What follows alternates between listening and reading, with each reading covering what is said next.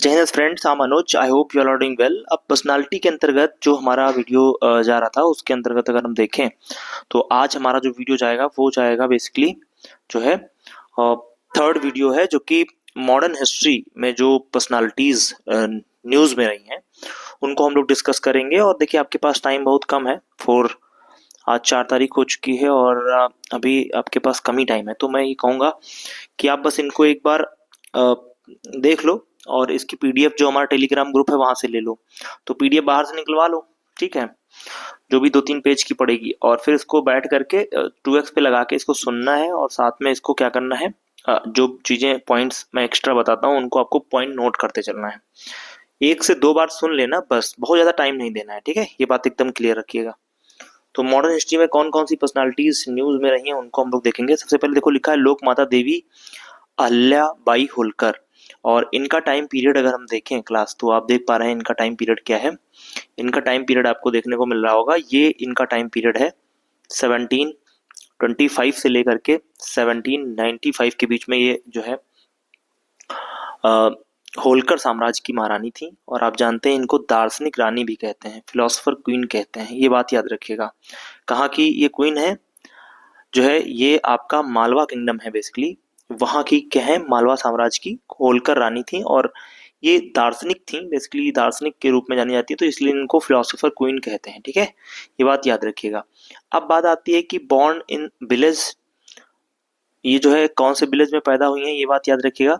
इस विलेज का नाम क्या है, देखो,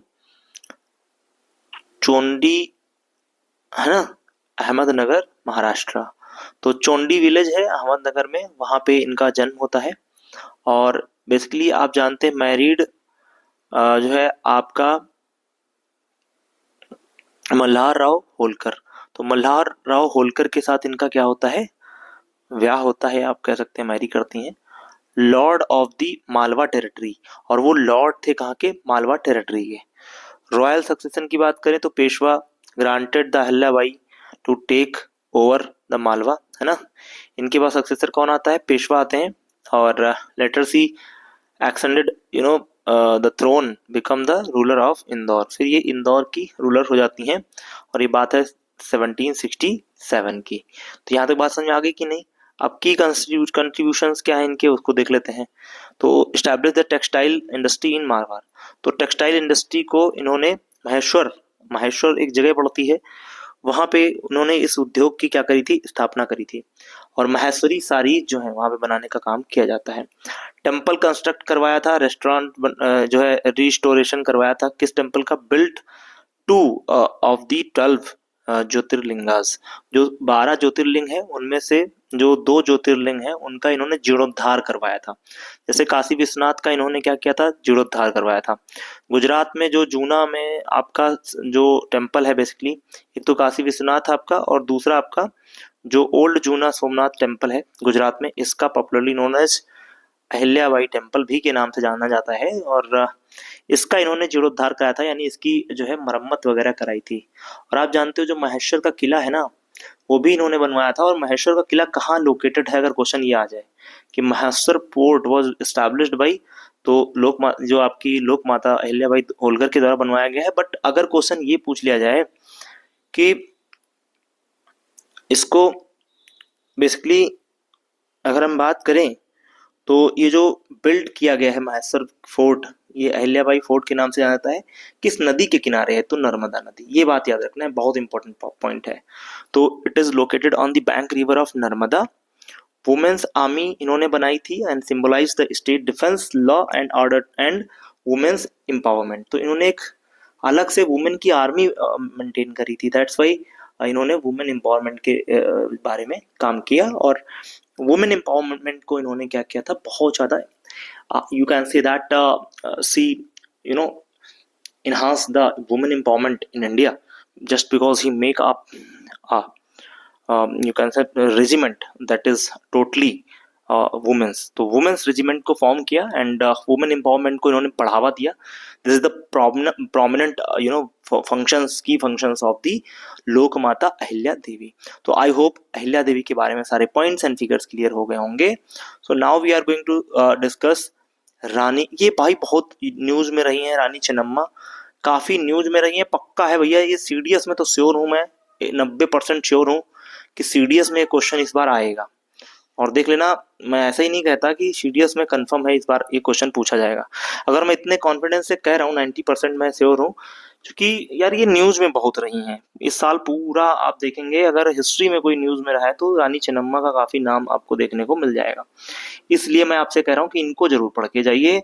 देखो यार, मैं एक अपने ऑन हिज अपने नॉलेज बिहाफ पे मैं आपको बता रहा हूँ कि हाँ ये पूछी जा सकती हैं, जो ट्रेंड रहा है यूपीएससी का, हम उस ट्रेंड को एनालाइज करते हुए मैं आपको बता रहा हूँ। अब मान लो ये नहीं आती है एग्जाम में, तो ये नहीं कहना ये यूपी बोर्ड नहीं है कि हाँ हमने बता दिया तो वही आ गया। हाँ ये है कि प्रोबेबिलिटी 90% है, अगर लड़ गया तो आपकी किस्मत। तो रानी चेन्नम्मा की अगर बात करें तो 1778 से 1829 के बीच में इन्होंने जो है सर्व किया था।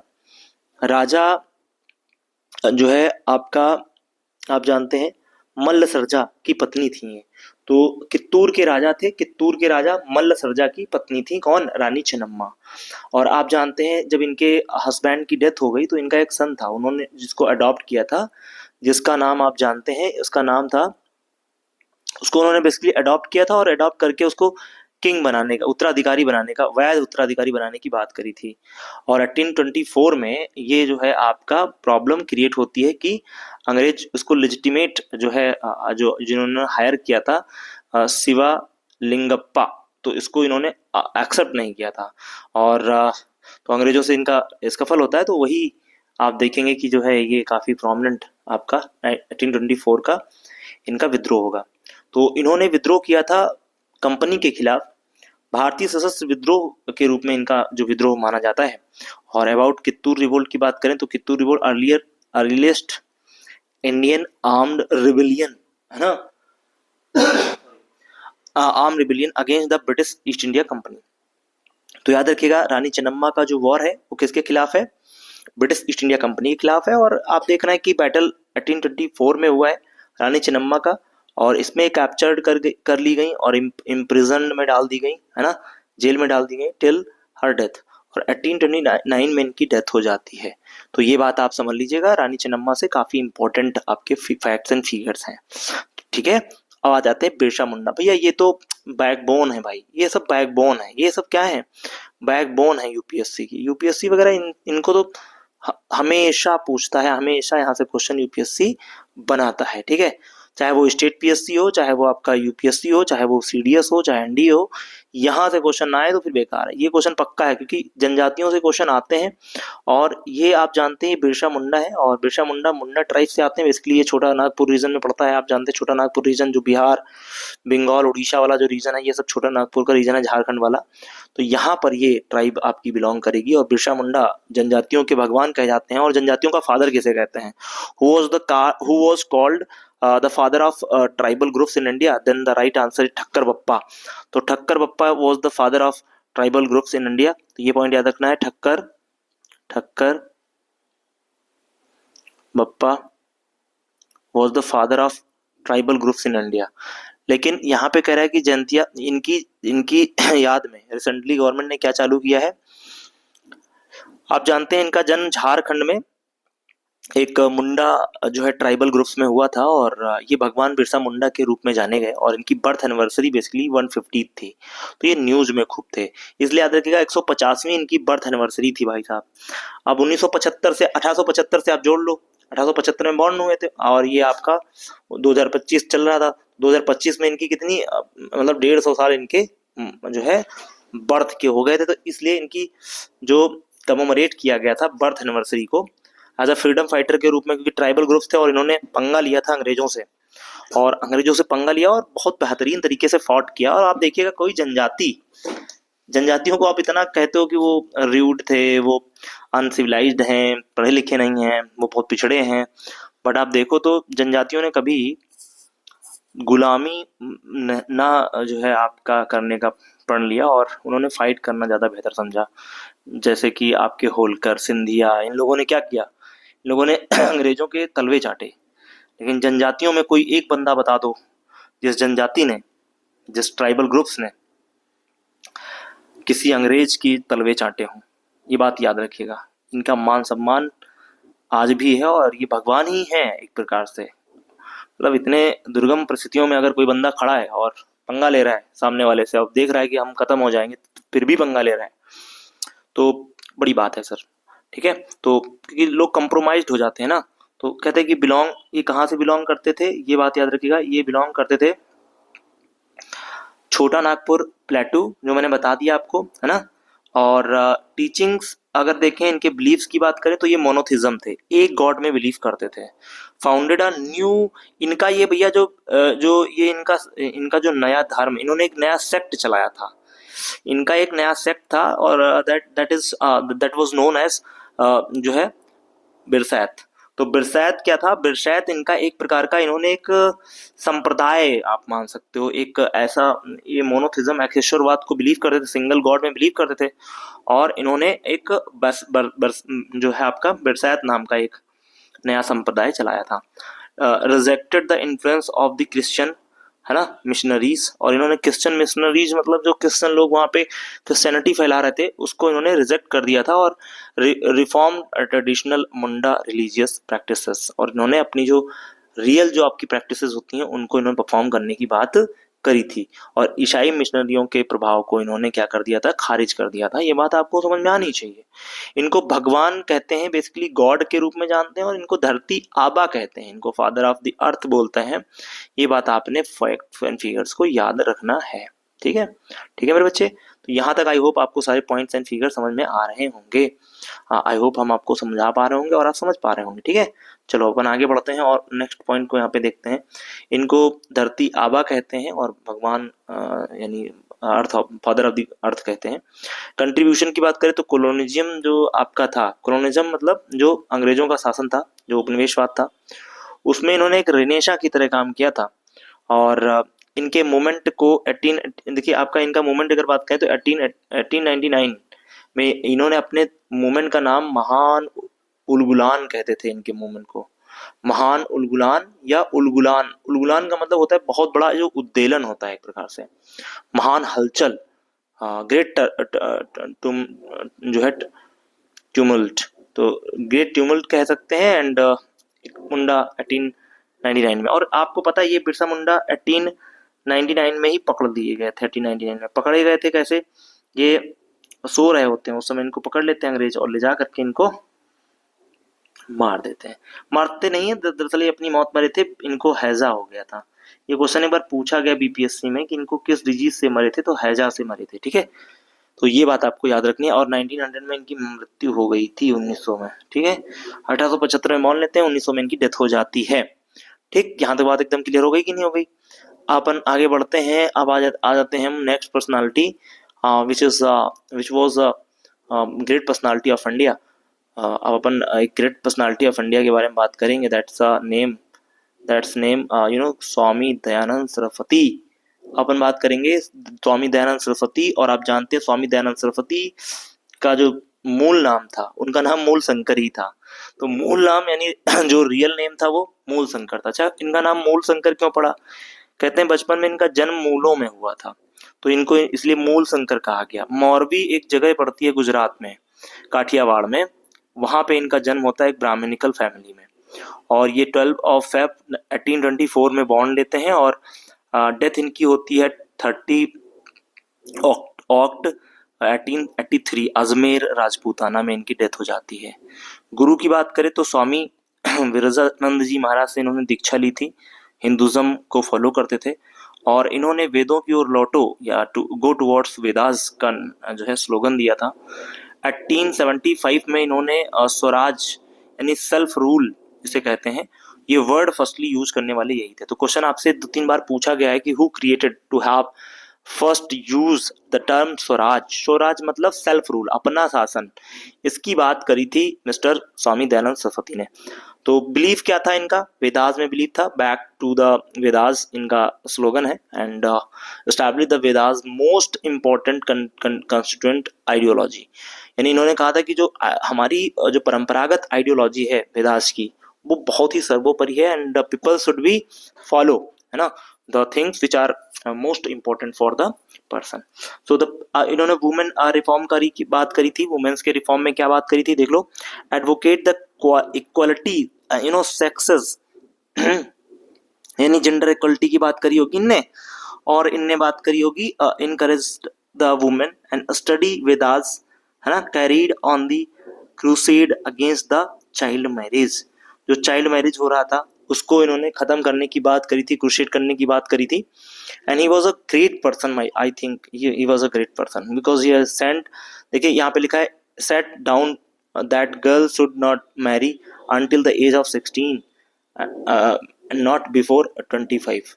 यानी कि लड़की की जो एज की बात इन्होंने करी थी कि जैसे लैंगिक वकालत करी, उन्होंने कहा कि लड़की की शादी 16 साल से जो है आपका 16 ईयर से इन्होंने कहा से पहले, और लड़कों की जो 25 साल से पहले उम्र में शादी नहीं होनी चाहिए।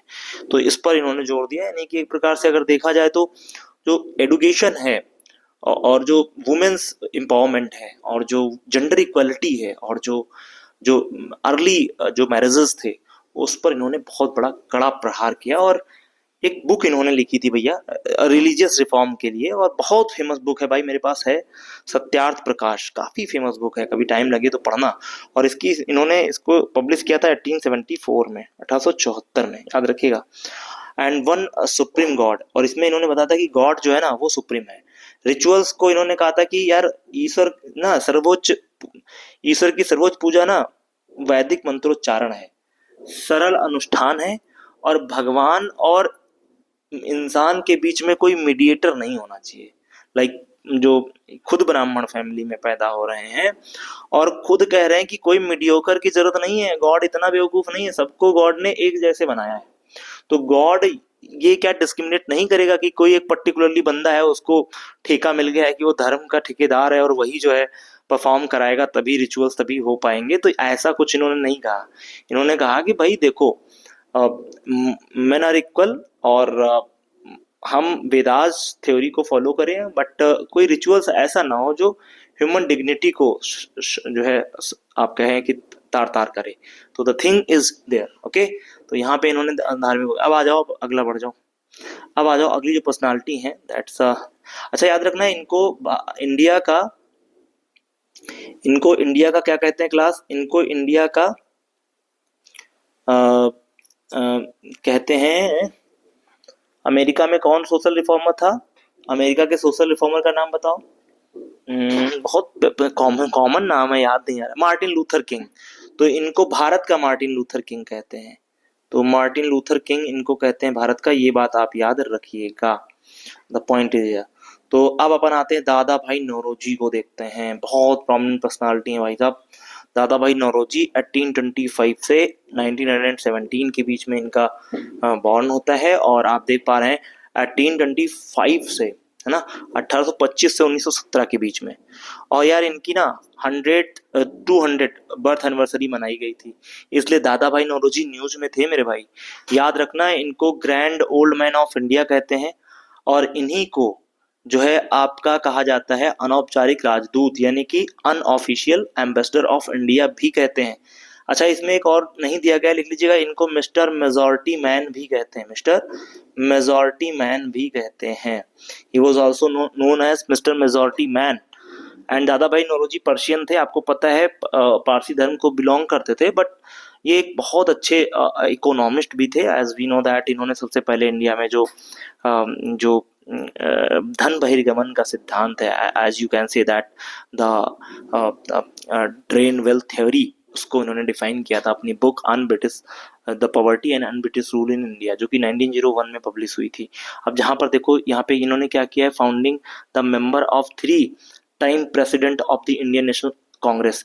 3 बार ये इंडियन नेशनल कांग्रेस के चीफ बने थे, काफी वयोवृद्ध थे, उनकी रिस्पेक्ट थी काफी, और मॉडरेट में आते थे बेसिकली। 1886 से 86 में बने, और 1893 में बने, एंड 1905 में ये chief of Indian National Congress. Are you getting points? And after that the key constitutions of the Dadabhai Naoroji, अगर की कॉन्स्टिट्यूशंस की बात करें तो promote women's education, founded the student literary and scientific society 1848, है ना, which established established and school for girls 1849। तो इन्होंने एक जो है संस्था बनाई, that is called student literary and scientific society.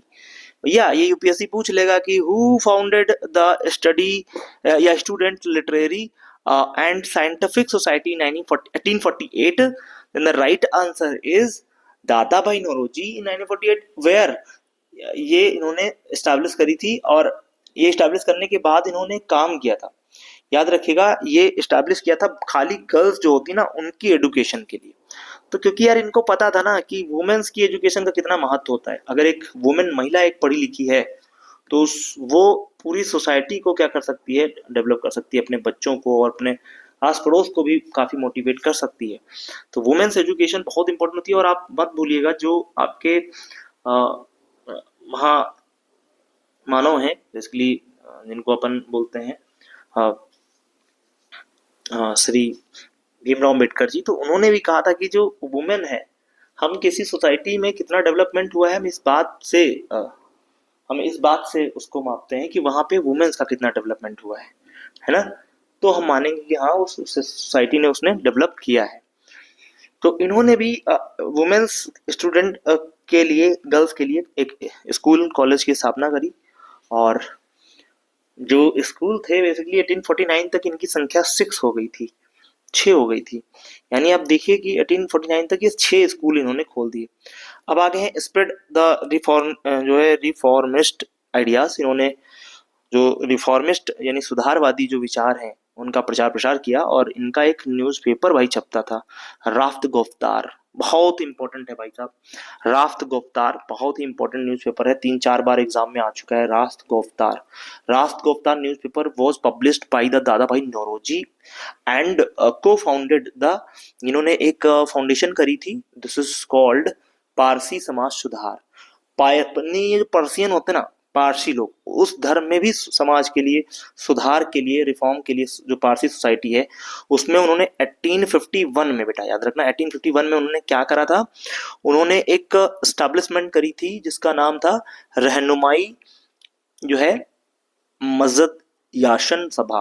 तो रहनुमाई मस्जिद याशन सभा, तो मस्जिद याशन सभा, इसकी स्टैब्लिशमेंट करी किसने करी थी क्लास, ये बात याद रखिएगा।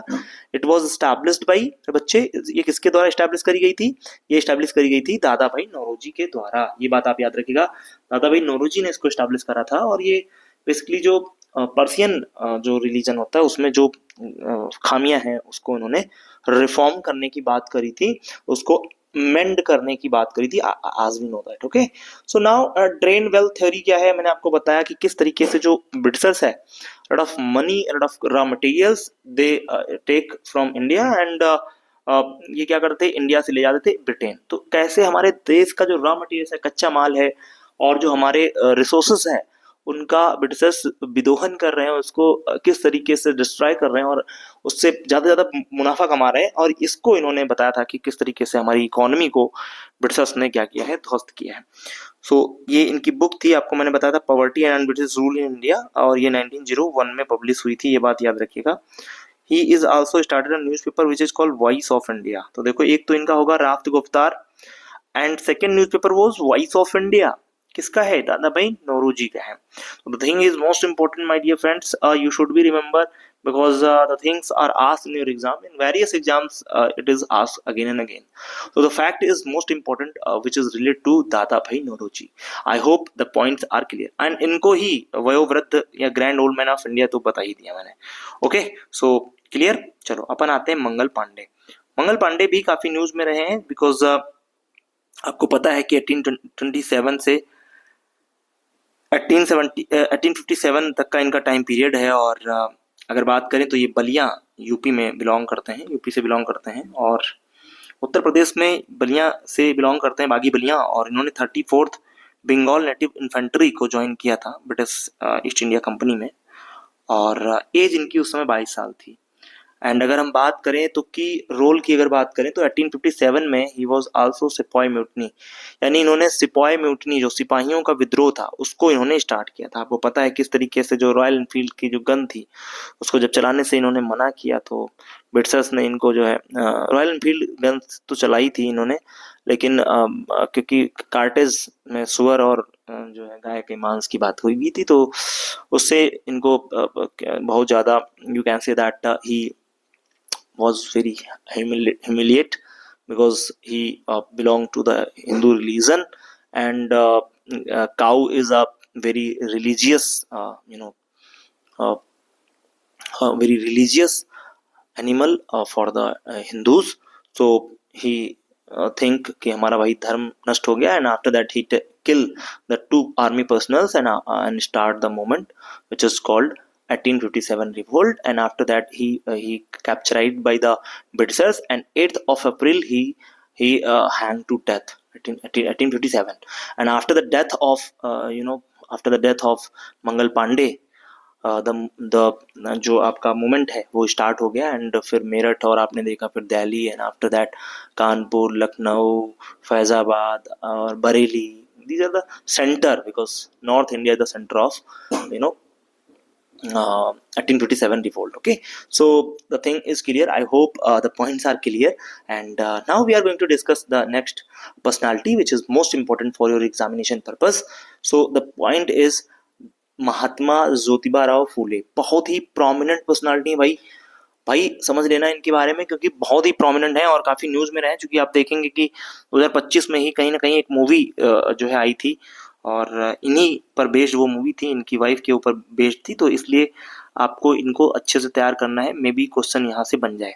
तो महात्मा ज्योतिबा राव फूले की अगर बात करें तो 1827 से लेकर के 1890 तक का इनका टाइम पीरियड है, और अगर बात करें तो आप जानते हैं सतारा एक जगह पड़ती है और महाराष्ट्र में, वहां पे इनका बॉर्न होता है 1827 में, और आप जानते हैं ये एक माली फैमिली में पैदा होते हैं, और बेसिकली इन्होंने वर्क किया था अगेंस्ट द सोशल इविल्स, जो सामाजिक बुराइयां हैं, अनटचेबिलिटी है, एंड जो कास्ट सिस्टम है उसको खत्म करने की बात इन्होंने करी थी, अस्पृश्यता जो है उसको खत्म करने की बात इन्होंने करी थी।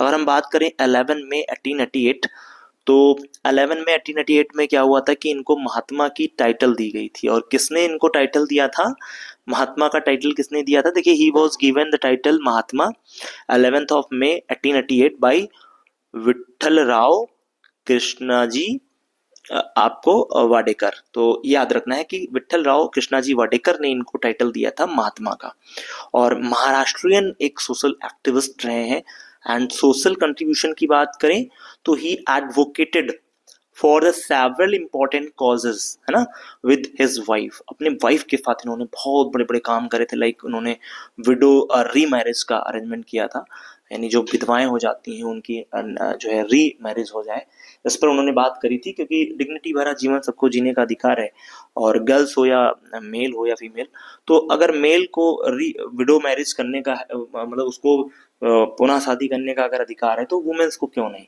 सो इन्होंने उसको जो है बात करी, और फिर इन्होंने the prevention of child marriage की बात करी थी, and promotion of girls education की बात करी थी कि वुमेन्स को पढ़ाया जाना चाहिए, इनकी ये मेन जो है डिमांड थी। एंड आफ्टर दैट बात करें तो with help of his wife he started the first school for the girls in 1848। तो 1848 में इन्होंने पहला लड़कियों के लिए एक स्कूल खोला, that was in Pune. And अगर हम बात करें तो जो आपका तात्या साहेब जो आपका भिडेज है, वो एक जगह है तात्या साहब भिडेज, वहां पर इन्होंने इसको स्टार्ट किया था, तो ये बात याद रखिएगा। 1873 का फेज कौन भूल सकता है, बहुत ही इंपॉर्टेंट आपका ये फेज है, बिकॉज ज्योतिबा फुले, देखिए फुले इनका नाम है ना, कि फूल वगैरह बेचते थे इनके जो फैमिली के लोग, तो इनको फूल से फुले वही बोलना जा रहे लगा था। तो आप देख रहे हैं कि सत्य शोधक समाज वॉज स्टैब्लिश, बहुत बार एग्जाम में आया, Satya Shodhak Samaj was establish by which social reformer, that type of question are asked in the exam my dear friends.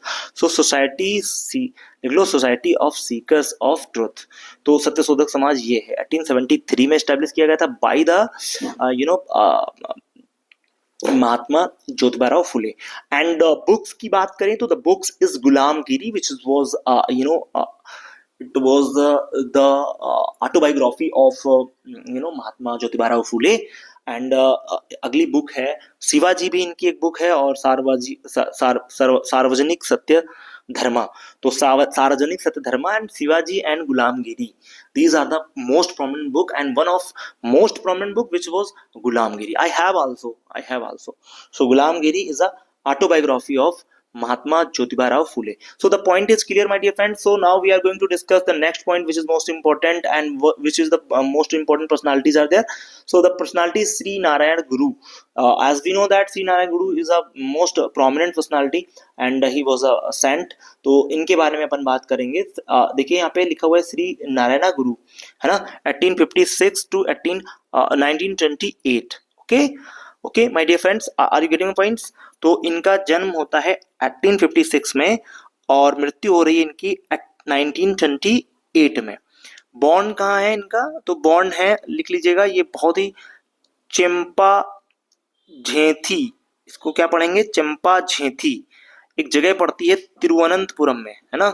और ये इज़ावा कम्युनिटी से आते हैं भाई, बहुत इंपॉर्टेंट है इज़ावा कम्युनिटी, साउथ इंडिया में मिलती है इज़ावा कम्युनिटी। ये बेसिकली ये जो जाति है ये मतलब थोड़ा सा एससी में शायद आती है, एससी हाँ एससी में ही आती है इज़ावा कम्युनिटी, हाँ एससी में आती है। तो ये आपके साउथ इंडियन एक इज़ावा कम्युनिटी फैमिली में बॉर्न लेते हैं और तिरुवनंतपुरम में।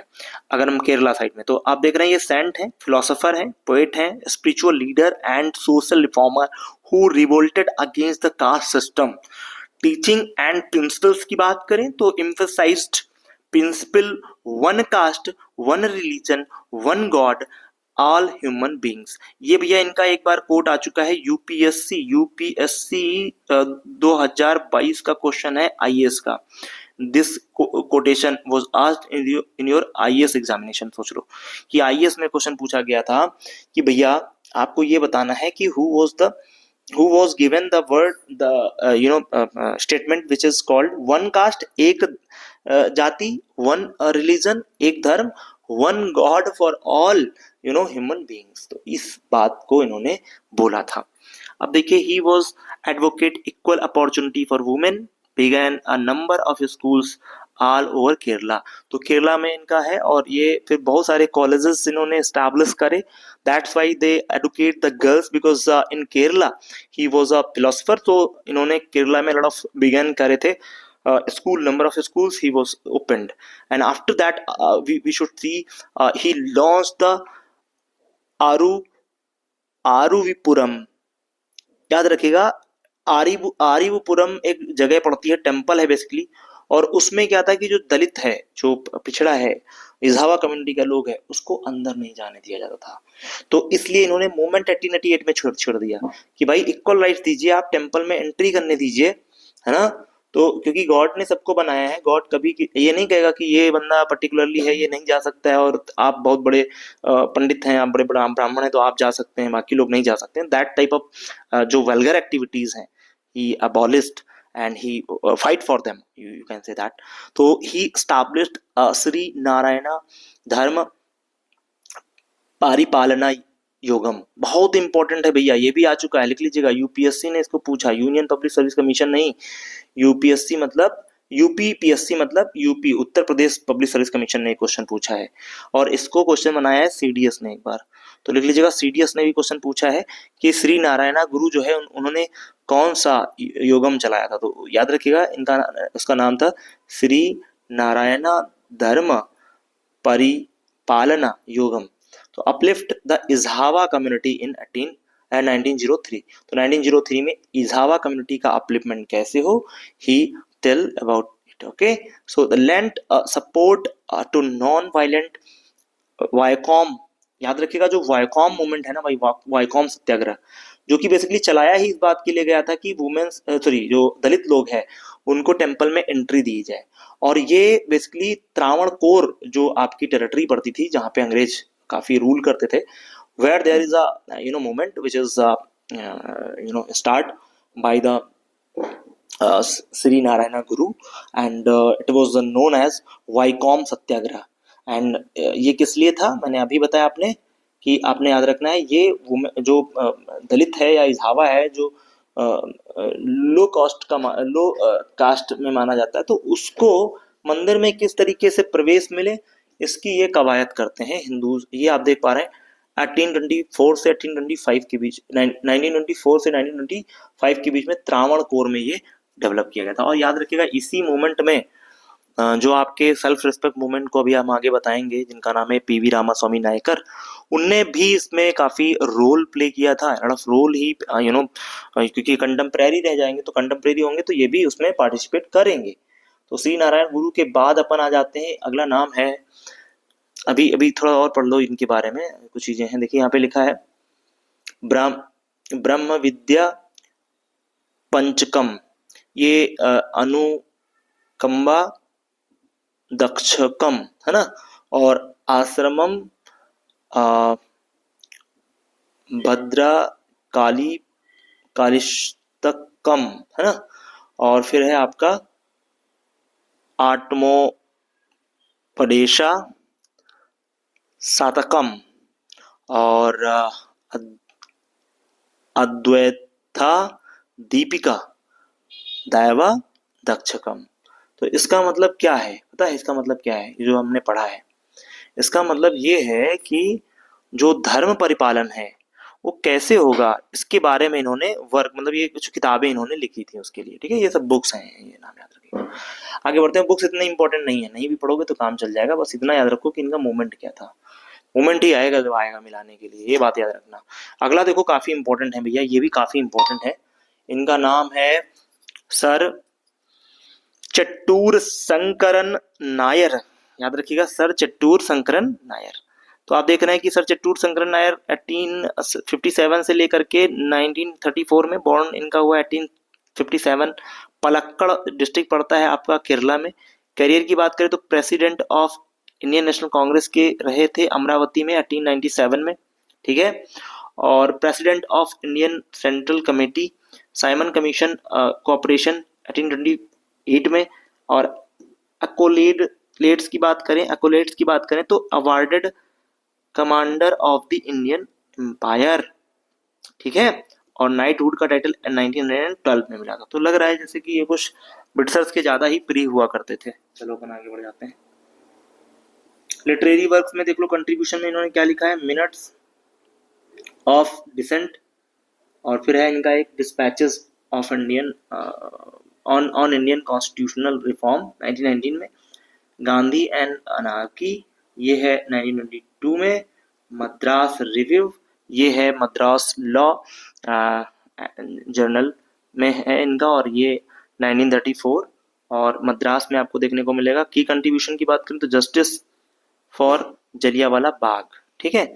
अब आ जाओ इनकी बर्थ एनिवर्सरी, सॉरी अगला जो पर्सनालिटी है बहुत प्रोमिनेंट है भैया, इनके बारे में तो जानना बहुत जरूरी है। बहुत बड़े इंजीनियर थे, और एम विश्वेश्वरैया का नाम आपने सुना होगा, और इन्हीं की याद में जो अभियंता दिवस है यानी इंजीनियर्स डे मनाया जाता है, आपको याद होना चाहिए एम विश्वेश्वरैया के बारे में। ये 1861 में बॉर्न होते हैं, और ये कहाँ बॉर्न होते हैं, इनका जन्म कहाँ होता है, 15 सितंबर को ही हम जानते हैं। 15 सितंबर को हम क्या मनाते हैं, देखो engineers day, national engineers day मनाते हैं। एम विश्वेश्वरैया की एनिवर्सरी होती है उस दिन, बर्थ एनिवर्सरी। तो रिसेंटली ये मनाई गई थी 15 सितंबर को, इसलिए ये न्यूज में आ गए, ठीक है, ये बात आपको याद रखनी है। इनका जन्म होता है, ये जगह का नाम आप पढ़ लीजिएगा, सही से पढ़िएगा, जगह का नाम है, याद रखो इनकी जहाँ पे जन्म लेते हैं उस जगह का नाम क्या है। क्लास समझ में आ रहा है आप लोगों को, क्लास समझ में आ रहा है आप लोगों को। तो ये जगह का नाम कर्नाटका में है, मुद्दन कल्ली, मुद्दन नल्ली, ठीक है। तो स्टडीड सिविल इंजीनियरिंग पढ़ाई करी थी इन्होंने पुणे में।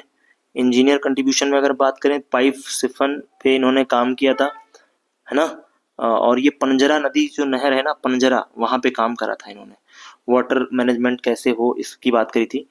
दक्कन में बेसिकली जो block the system of irrigation, किस तरीके से जो दक्कन रीजन में वाटर की जो प्रॉब्लम थी, तो उसमें स्वचालित फ्रिगेट फ्लड गेट जो है प्रणाली को इन्होंने शुरू किया था। और मैसूर की अगर हम बात करें तो राजा सागर डैम है ना, उसके मेन अभियंता यही थे भैया, ठीक है, याद रखना। चीफ इंजीनियर थे मैसूर में जो आपका राजा सागर डैम, कृष्णा राजा सागर डैम बना है, तो इसके बहुत बड़े इंजीनियर थे। जो सिविल इंजीनियर हैं तो उनका काम ही वही रहेगा। एडमिनिस्ट्रेटर के रूप में दीवान ऑफ मैसूर रहे थे। Establish the university of Mysore, यानी मैसूर यूनिवर्सिटी की स्थापना इन्होंने ही करी थी। अब आप समझ लो कितने बड़े प्रोमिनेंट जो है पर्सनालिटी हैं ये। स्कॉलर की बात करें, पब्लिश बुक का नाम आप याद रखिएगा। इनकी बुक है जो कि इन्होंने पब्लिश करी थी, that was called reconstructing India, है ना। और एक इनकी बुक है, ये बहुत बार आई एग्जाम में, नोट कर लो भैया, प्लान्ड इकोनॉमी ऑफ इंडिया। बहुत बार एग्जाम में आई। सोचो, प्लान्ड इकोनॉमी ऑफ इंडिया लिख रहा है बंदा, सिविल इंजीनियर है और बुक लिख रहा है प्लान्ड इकोनॉमी ऑफ इंडिया। तो रिकंस्ट्रक्शन ऑफ इंडिया, दोनों बुकें आप याद रखिएगा भाई, आ जाती हैं एग्जाम में, फिर वनडे एग्जाम में खूब आई हैं। अब अगर रिकॉग्निशन इनको अगर बात करें तो कहाँ से मिली? He was conferred India's highest honour, Bharat Ratna से 1955 में इनको भारत रत्न अवार्ड मिला था। कहते हैं बचपन में क्या था कि ये बचपन क्या है, जब पढ़ रहे होते हैं उस दौरान ये कहीं जा रहे होते हैं ट्रेन से, और इन्होंने जो रेजोनेंस होता है, जो अनुनाद होता है, उसको मतलब महसूस करके बताया कि आगे जो है ट्रेन की पटरी कटी हुई है और ये ट्रेन का क्रैश हो सकता है। तो इसलिए लोगों ने कहा कि यार ये ऐसे मतलब इतना कैसे तुम बता सकते हो, तो फिर पता लगाया गया, देखा गया।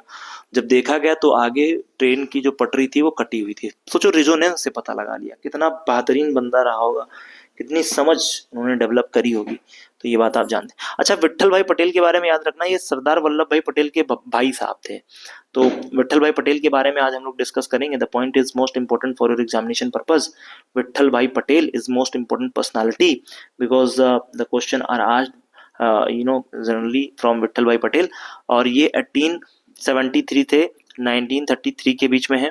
और India's speaker conference commemorates 100 years Vitthalbhai Patel becoming the first elected Indian president of the central legislative assembly, August 1925। ये बहुत इंपॉर्टेंट प्रश्न बता रहा हूँ भैया, तुम लोग लूसेंट में रट लेते हो कि पहला जो बंदा था वो कौन था, जो केंद्रीय विधानसभा में सबसे पहले निर्वाचित होने वाला भारतीय कौन था, रट लेते हो। विट्ठल भाई पटेल, विट्ठल भाई पटेल कब? 1925। ऐसे नहीं होता है, आप समझो। विट्ठल भाई पटेल जो है इन्होंने 100 ईयर अभी कंप्लीट हुए हैं, क्योंकि 1925 में जो है ये क्या किए थे, पार्टिसिपेट किए थे सेंट्रल लेजिस्लेटिव असेंबली में, फर्स्ट चीफ बने थे, प्रेसिडेंट बने थे इंडिया की तरफ से, इंडियन थे। और विट्ठल भाई पटेल, मैंने बताया कि पटेल कम्युनिटी यानी कि आपके गुजरात में, और ये सरदार वल्लभ भाई पटेल के basically he was a great बड़े भाई थे, यू कैन से दैट। तो एल्डर ब्रदर थे। तो देखो यहाँ पे लिखा है Elder brother of the Sardar Vallabhbhai Patel, eminent political leader, lawyer and social reformer. याद रखना यार, जितने भी बड़े बड़े नेता हुए हैं इंडियन हिस्ट्री में, आप देखना वो सब लॉयर हुए हैं, लगभग लॉयर हैं। जैसे कि आप सरदार वल्लभ भाई पटेल को देख लो, ये विट्ठल भाई पटेल को देख लो, जवाहरलाल नेहरू को देख लो, मोतीलाल नेहरू को देख लो, है ना। तो ये सब क्या है, लॉयर हैं पेशे से, और इन्होंने जब वोट उतारी तो बवाल मचाया और अंग्रेजों को परेशान किया, आप जानते ही है। तो की कंट्रीब्यूशंस की बात करें तो की कंट्रीब्यूशंस में देखें तो devoted himself to beginning both about both social and political reforms, successfully fight for India's freedom। तो इन्होंने इंडियाज की फ्रीडम के लिए काफी फाइट करा, डिवोटेड थे, सोशल पॉलिटिकल रिफॉर्मर थे, सक्सेसफुली इन्होंने फाइट करी थी। तो यहाँ तक बात समझ आ गए होंगे। तो अब देखिए, became member of Bombay Legislative Assembly, elected the Imperial Legislative Council at 1918। Swaraj party की बात करें तो को फाउंडर रहे हैं स्वराज पार्टी में मोतीलाल नेहरू और चित्तरंजन दास 1922 में। और आप जानते हैं served mayor Bombay municipal corporation 1923 से 1925 में। तो बॉम्बे म्युनिसिपल कॉर्पोरेशन में भी इन्होंने वर्क किया है, एज अ मेयर के रूप में किया होगा। तो मेयर के रूप में काम किया था 1923 से 1925 के बीच में। So I hope the points are clear and Vitthalbhai Patel also done. सो यहाँ तक हमने कर लिया। अब आ जाते हैं सरदार वल्लभ भाई पटेल, जो कि इनके भाई थे। तो पटेल पटेल दोनों लोगों को पढ़ लेते हैं साथ में। इनको कहते हैं इंडिया का बिस्मार्क, याद रखिएगा, बिस्मार्क ऑफ इंडिया कहते हैं सरदार वल्लभ भाई पटेल को। एंड लॉ पुरुष, यानी कि और सरदार का टाइटल इनको जो बारदोली वुमेन्स हैं वो देती हैं। जब बारदोली का आंदोलन होता है, इन्होंने बोला कि भाई जो लोग कर नहीं दे सकते हैं वो मत दें, और जो कर दे सकते हैं वही कर दें। जब इन्होंने ऐसा बोला तो आप जानते हैं कि बवाल हुआ, और उस बवाल में आपको ये भी पता है कि लोग इनसे जो है गुस्सा हुए, और लेकिन अंग्रेजों को बहुत गुस्सा हुए और इन्होंने ये कर दिखाया। और इस तरीके से अगर हम बात करें तो ये सरदार हो जाते हैं वुमेन्स के, और वुमेन्स ने इनको, जो बारदोली की वुमेन्स हैं, इनको सरदार कह के पुकारती हैं। तो इसलिए सरदार वल्लभ भाई पटेल काफी इंपॉर्टेंट है, इनके बारे में आप पॉइंट्स को समझ लेना। ठीक है, तो सरदार वल्लभ भाई पटेल की बात हमने कर दी है। 1875 से 50 के बीच में प्राइम मिनिस्टर, अगर हम बात करें तो prime minister paid tribute the Sardar Vallabhbhai Patel on 150th anniversary, यानी जो मोदी जी हैं उन्होंने 150वीं जो है बर्थ एनिवर्सरी को सेलिब्रेट किया है, और इनका बॉर्न होता है नाडियाड, जो नाडियाड पड़ता है आपका गुजरात में, है ना। 31 ऑफ 1875 में इनका जन्म होता है। की पोजीशन हेल्ड की बात करें तो अहमदाबाद म्युनिसिपल कॉरपोरेशन और आपका सैनिटेशन कमिश्नर 1917 में ये बनते हैं। तो आप याद रखिएगा, जो अहमदाबाद नगर निगम स्वच्छता आयुक्त है उसका पद एक होता है, और उसमें 1917 में चीफ बनते हैं। President of newly Gujarat Pradesh Congress committee, तो ये जो न्यूली प्रदेश कमेटी है गुजरात की, वहां पे कांग्रेस कमेटी के चीफ बनते हैं, 1920 की बात है। तो प्रेसिडेंट बनते हैं of the Karachi session of Congress, तो कांग्रेस का जो कराची सेशन है उसके चीफ बनते हैं, और ये बात है 1931 की। ठीक है, where resolution regarding the fundamental rights and economic policy, तो यहाँ पे ये फंडामेंटल राइट्स और जो आपकी इकोनॉमिक पॉलिसी है उसको पास किया था। और अगर हम बात करें तो served member of advisory committee fundamental rights, आप जानते हैं जो माइनॉरिटी वाली कमेटी नहीं थी, फंडामेंटल राइट्स की जो कमेटी थी, जो माइनॉरिटी अल्पसंख्यकों के लिए कमेटी थी, उसके चीफ बनते हैं। जैसे एक झंडा समिति थी, आपने सुना था, झंडा समिति के तो जवाहरलाल नेहरू थे, बट जो ये कमेटी है advisory committee and fundamental rights committee and minorities and tribal community, ये उसके चीफ होते हैं। ये बात आपने याद रखनी है। फर्स्ट होम मिनिस्टर, डिप्टी जो है आपके प्राइम मिनिस्टर रहे हैं इंडिपेंडेंट इंडिया में। और ऑनर की बात करें तो इन्होंने क्या क्या ऑनर इनको मिले हैं वो देख लो। पास्थुमसली जब ये मर चुके थे उसके बाद इनको अवार्ड दिया गया था भारत रत्न का 1991 में, और साथ में 2014 में इनकी बर्थ एनिवर्सरी ऑब्जर्व करी थी राष्ट्रीय एकता दिवस के रूप में। तो राष्ट्रीय एकता दिवस, नेशनल यूनिटी डे जो है सेलिब्रेट किया जाता है, और ये काफी इंपॉर्टेंट है। इनकी बर्थ एनिवर्सरी पर इसको सेलिब्रेट करने की बात करी थी मोदी जी ने 2014 में जब वो आए थे। तो उन्होंने कहा था कि हम एक दिन ऑब्जर्व करेंगे राष्ट्रीय एकता दिवस। एकता क्यों कह रहे हैं, चूंकि आपको पता है 563 से अबब टेरिटरीज थी जिनको इन्होंने मिला करके एक यूनाइट इंडिया को फॉर्म किया था, और इसीलिए इनको इंडिया का बिस्मार्क कहते हैं। जर्मनी में बिस्मार्क काम कर रहा था, वैसे ही इंडिया में सरदार वल्लभ भाई पटेल काम कर रहे थे। That's why he was also known as the Bismarck of India and iron man of India. You can say that the thing are most important over there. So अगर बात करें की कंट्रीब्यूशंस की तो of the Sardar Vallabhbhai Patel, तो Kheda movement इन्होंने launch किया था 1918 में, इसमें पार्टिसिपेट किया था। गांधी का खेड़ा मूवमेंट था, and he was also participate the Gandhian movements which was called Kheda movement. Or you can say that non cooperation movement में भी इन्होंने 1919 से 1920 के बीच में पार्टिसिपेट किया। और Bardoli Satyagraha which was held in 1920 he was also participated over there. And post independent की बात करें तो आप देख रहे हैं unification of the princely state, जो प्रिंसली स्टेट है उनको यूनाइट किया था, because when India was you can say that free from the get rid from the Britishers, and after that the peoples of India were distributed, a lot of princely state are over there, and the princely state से कहा गया था कि if you want to join the Pakistan or you join the India, तो lot of territories are not तो इन्होंने क्या किया था जूनागढ़ पे, और आप देखेंगे जो आपका बेसिकली उस पे मूवमेंट चला करके आर्मी को भेज करके उसका एनेक्सेशन किया था। गोवा पे भी एनेक्सेशन किया ऑपरेशन विजय के थ्रू, एंड देखेंगे बहुत सारे चीजें आपकी देखने को मिलती हैं। और इन्होंने एक यूनाइट इंडिया का फॉर्म किया था, उसको फॉर्म किया था। That's why he was known as the Bismarck of India, because which work is done in India by the Sardar Vallabhbhai Patel, and that type of work is also done by the Bismarck in Europe, so that he was known as the Bismarck of India. So the point is here, now we are going to discuss the point which is most important, E.V. Ramaswamy Periyar. तो E.V. Ramaswamy Naikar Periyar, अगर हम पेरियार की बात करें तो यार याद रखना यार, पेरियार एक डैम है which is also located in Kerala. तो केरला में एक मुल्ला पेरियार डैम है विच is located in Kerala and Tamil Nadu border, and it is also dispute between the Tamil Nadu, Kerala and Karnataka, because इसकी जो लोकेशन है वो एक स्टैटिक लोकेशन है, 3 राज्यों में फैला हुआ है और इन राज्यों के बीच में वाटर का क्राइसिस होता है। तो ये मुल्ला पेरियार डैम आपका जो है आपका न्यूज में आता है। That's why you should remember where is Mullaperiyar dam and where is Periyar river, Kerala.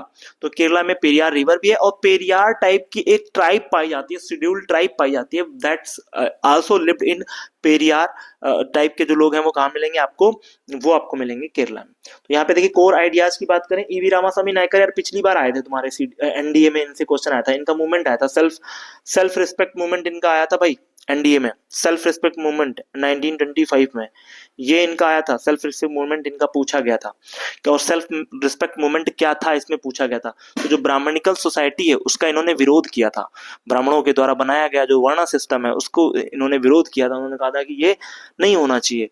और अब हम इनके आइडियाज को पढ़ते हैं, क्या है इनके आइडियाज, देखो कोर आइडियाज में हम देख रहे हैं सोशल रिफॉर्मर है ना, और रेशनलिस्ट है एंड फिलोसोफर है, argued the social equality and scientific rationalism पे इन्होंने बात करी थी। एंड ये एक प्रकार से अगर हम देखें तो सोसाइटी में किस तरीके से एक बेहतरीन अपलिफ्टमेंट लाना चाहिए इस पर इन्होंने काम किया था। इगैलिटेरियन सोसाइटी की बात इन्होंने करी थी, तो याद रखिएगा इगैलिटेरियन सोसाइटी की बात करेंगे।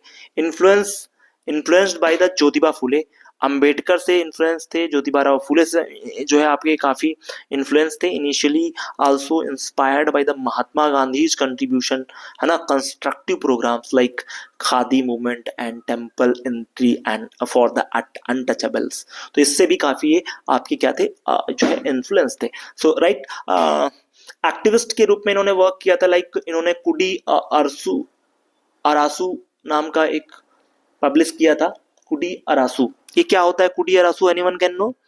सो I will explain it what is Kudi अरासू।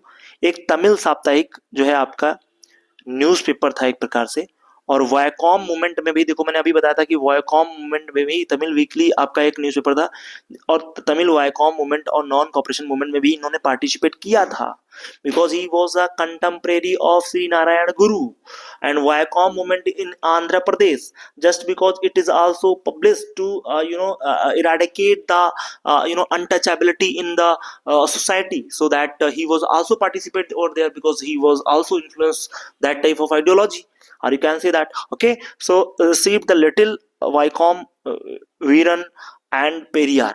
तो आप देख पा रहे हैं यहाँ पे इन्होंने एक प्रकार से एक टाइटल इनको मिलता है, that title is known as Vaikom Veeran, और इनको टाइटल दिया जाता है वाइकॉम वीरान के रूप में इनको जानते हैं। And also we should know about इनको वाइकॉम वीरन और पेरियार के नाम से जानते हैं। पेरियार का वैसे मतलब जानते हो क्या होता है? महान व्यक्ति, ग्रेट मैन कहते हैं Periyar.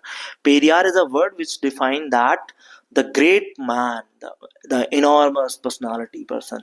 So are you getting points? So now we are going to points which are most important. He advocate the proportionate distribution of all government rights accordance with the percentage of population and the community. इन्होंने कहा भाई जो community है, जितनी जिसकी population है उसके हिसाब से सबको कंट्रीब्यूशन होना चाहिए, सबको डिस्ट्रीब्यूशन होना चाहिए, गवर्नमेंट के राइट्स सबको मिलने चाहिए। और इन्होंने फंडामेंटल राइट्स की बात करी थी, लाइक इन्होंने बहुत सारे जो है राइट्स की बात करी थी। अब अपन आते हैं 1932 Periyar along with the communist trade union जो आपका सिंगारावेलु चेट्टियार है, तो सिंगारावेलु चेट्टियार के साथ इन्होंने काम किया था और इन्होंने एक न्यू पॉलिटिकल पार्टी बनाई थी, सेल्फ रिस्पेक्ट सोशलिस्ट पार्टी। और इनके मूवमेंट का नाम याद रखना आत्म सम्मान मूवमेंट था। 1995 में सेल्फ रिस्पेक्ट मूवमेंट था। ये पिछली बार एनडीए का क्वेश्चन था, सेल्फ रिस्पेक्ट मूवमेंट किसने चलाया था? तो ईवी रामास्वामी नायकर ने इस सेल्फ रिस्पेक्ट मूवमेंट को लॉन्च किया था 1995 में। तो उसके 25 साल चूंकि पूरे हुए थे इसीलिए ये क्वेश्चन आया था। अब आ जाते हैं हम लोग नेक्स्ट क्वेश्चन पे, which is most important question my dear friends, which is related to history. और ये पर्सनालिटी है विनायक दामोदर सावरकर, वीडी सावरकर। 1883 से लेकर के 1966 के बीच में इनका टाइम पीरियड रहेगा। बहुत बड़े रिवोल्यूशनिस्ट थे। और अगर हम बात करें तो बॉर्न भागौर विलेज, नासिक महाराष्ट्र में बॉर्न होते हैं। रिवोल्यूशनरी नेशनलिज्म को फॉलो करते हैं, और अभिनव भारत सोसाइटी 1904 में स्टैब्लिश करी थी, और advocating the armed struggle India's independence. और अगर हम बात करें तो डायस्पोरा जो आपका होता है मोबिलाइजेशन, उस पर इन्होंने बात करी थी। 1906 में इन्होंने जो फ्री इंडिया सोसाइटी की स्थापना करी थी लंदन में, और मोबिलाइज किया था इंडियन स्टूडेंट्स अब्रॉड, यानी जो इंडिया के बच्चे जो they are live in England, and he mobilized the peoples and collect the peoples to fight against the Britishers in India. So he collect the peoples which are lived in London, क्योंकि London में इन्होंने free India society की स्थापना करी थी। And इन्होंने ही सबसे पहले कहा था कि जो 1857 का वॉर है, इवन इनकी बुक का नाम भी यही है, the first war of Indian independence. और 1857 के रिवोल्ट को पहला इंडिपेंडेंस जो वॉर कहने का जो श्रेय जाता है वो आपके सरदार वल्लभ वीडी सावरकर को जाता है। इम्प्रिजनमेंट की बात करें तो सेक्रीफाइस बहुत दिए थे इन्होंने, भैया जेल में बहुत रहे थे। देखिए ट्राइड फॉर सेडिशन चार्जेस में इनको 1910 में बॉम्बे में रखा गया, सेंटेंस डबल कर दिया गया, ट्रांसपोर्टेशन एंड जो है टोटलिंग अगर बात करें तो 50 इयर्स तक इनको रिगोरस इम्प्रिजनमेंट दिया गया था। तो ये बात आप याद रखिएगा। आजीवन कारावास की सजा भी इनको सुनाई गई थी। और सोशल रिफॉर्म की बात करें तो एक्टिविस्ट है ना, और कंपेन अगेंस्ट द अनटचेबिलिटी, और इन्होंने कंपेन किया था अनटचेबिलिटी के खिलाफ। ठीक है, ये बात आपको याद रखनी है। हम आगे बढ़ते हैं। ही कंडक्टेड द पंडित है ना, पंडित पवन मंदिर, तो पतित पवन मंदिर, इन्होंने पतित पवन मंदिर की एस्टेब्लिशमेंट करी थी, और दलित अपॉइंटेड एज अ पायनियर, वहां पे जो दलित थे वो पुजारी के रूप में नियुक्त होते थे। और अगर हम बात करें तो राष्ट्रीय एकता की वकालत करी थी इन्होंने, हिंदू महासभा के अध्यक्ष रहे 1937 से 19, अभी रणदीप हुड्डा ने शायद से मूवी बनाई थी 1937 से जो है 1944 के बीच में। तो ये हिंदू महासभा के चीफ बने थे, और इनके ऊपर लांछन भी लगाते हैं जो बेसिकली विपक्ष है, वो कहता है कि भाई ये नेशनलिस्ट नहीं थे, जो भी है उनकी अपनी थ्योरी है। But we are here to understand things which are asked in exam. So हम एग्जामिनेशन पर्पज से, ना कि हम ना कोई हमें पॉलिटिकल लीडर नहीं बनना है। अभी के लिए हम लोग क्या करेंगे, जॉब के लिए सिक्योर करना है, अपनी जॉब को एक सिक्योर करना है। तो अपन आगे बढ़ेंगे। और नेक्स्ट पॉइंट इज हियर, पंडित गोविंद वल्लभ पंत, बहुत इंपॉर्टेंट है भैया, इनके नाम से एक पंत यूनिवर्सिटी है, और वो पड़ती है आपके उत्तराखंड में, जो भारत की पहली जो है एग्रीकल्चर यूनिवर्सिटी है, पंत यूनिवर्सिटी। और ये पंत नगर पड़ता है आपके यूके में, उत्तराखंड में, वहां पे इसको स्टैब्लिश किया गया। अगर बात करें हम पंडित गोविंद वल्लभ पंत की, तो इनके नाम पर एक आर्टिफिशियल सबसे बड़ी जो लेक है Pandit Govind Vallabh Pant lake, which is located in Sonbhadra. तो सोनभद्रा में लोकेटेड है, अरिहंत नदी पर काफी प्रोमिनेंट आपकी वो आर्टिफिशियल लेक है। So the point is my dear friends, Pandit Govind Vallabh Pant बहुत ही प्रोमिनेंट पर्सनालिटी रहे, पॉलिटिकल लीडर रहे, एंड एजुकेशनिस्ट रहे हैं, and he was a great freedom fighter, you can say that. And he started the Kumaon Parishad, Kumaon परिषद 1916 में इन्होंने कुमाऊं परिषद को स्टैब्लिश किया था। और एंड आफ्टर दैट अगर बात करें तो 1923 में इन्होंने जो है स्वराज पार्टी से इन्होंने टिकट लिया, और ये स्वराज पार्टी से खड़े हुए, एंड इन्होंने यूनाइटेड प्रोविंस जो रीजन है लेजिस्लेटिव काउंसिल का, उसको जीता। तो ये इलेक्ट किए गए थे एज अ चीफ। तो यहाँ पर आपको बात समझ में आनी चाहिए। And after that took part from the salt march, इन्होंने साल्ट मार्च में पार्टिसिपेट किया, गांधी का जो नमक सत्याग्रह मूवमेंट था। क्विट इंडिया मूवमेंट 1942 में इन्होंने पार्टिसिपेट किया था। और याद रखिएगा इन्होंने 1930 में प्लानिंग करी थी सिविल डिसोबीडियंस मूवमेंट की। और आप याद रखिएगा जब इन्होंने साइमन कमीशन का विरोध किया तो इनके ऊपर लाठी बांध दी गई, और जब लाठी बांधी गई तो बेचारे पंडित जी क्या हो गए, लंगड़ा गए, एक पैर इनका तोड़ दिया गया था, इसलिए आजीवन बेचारे लंगड़े चले। ठीक है, और पहला सीएम इनको इसी रिवार्ड मिला, पहला सीएम बनाया गया उत्तर प्रदेश का। तो first CM of UP, if anyone can ask, then you tell the answer. First CM of UP is Uttar Pradesh का जो पहला चीफ मिनिस्टर है वो है पंडित गोविंद वल्लभ पंत। अगर हम बात करें लिंग्विस्टिक रीऑर्गेनाइजेशन ऑफ स्टेट की बात करें तो during his tenure as India's home minister 1955-1961 के बीच में ये इंडिया के होम मिनिस्टर के रूप में रहे हैं। रिवॉर्ड एंड रिकॉग्निशन की बात करें तो भारत रत्न इनको मिला है 1957 में। तो यहाँ तक बात आपको समझ में आनी चाहिए, ठीक है। अपन आगे बढ़ेंगे और नेक्स्ट पॉइंट लेंगे पंडित गोविंद बल्लभ पंत के बाद में डॉक्टर सर्वपल्ली राधाकृष्णन। कौन नहीं जानता इनके बारे में, महान फिलोसोफर रहे हैं, भारत के एक प्रकार से कह सकते हैं राष्ट्रपति उपराष्ट्रपति रहे हैं, तो इम्पोर्टेंट है। आप देख रहे हैं यहाँ पे 1888 से 1975 के बीच में सेकेंड प्रेसिडेंट है ना doctor Sarvepalli Radhakrishnan is celebrated across India. Teachers day के रूप में आप जानते हैं 5 सितंबर को इन्हीं की याद में, इन्हीं की जो है जन्म दिवस के अवसर पे टीचर्स डे को सेलिब्रेट किया जाता है। वर्क एज अ प्रोफेसर है ना ईस्टर्न जो है आपका religious ethics university of Oxford, ठीक है। रिलीजियस स्टडी करी थी इन्होंने, इथिक्स में भी पढ़ाई करी थी जो है ऑक्सफोर्ड यूनिवर्सिटी से। इंडियन लैंग्वेज अगर Indian delegate to League of Nations, League of Nations जो था 1920 में बना था after the first world war. तो लीग ऑफ नेशंस में इंडिया की तरफ से इन्होंने जो है डेलीगेट के रूप में काम किया था, 1930s तक इन्होंने किया है।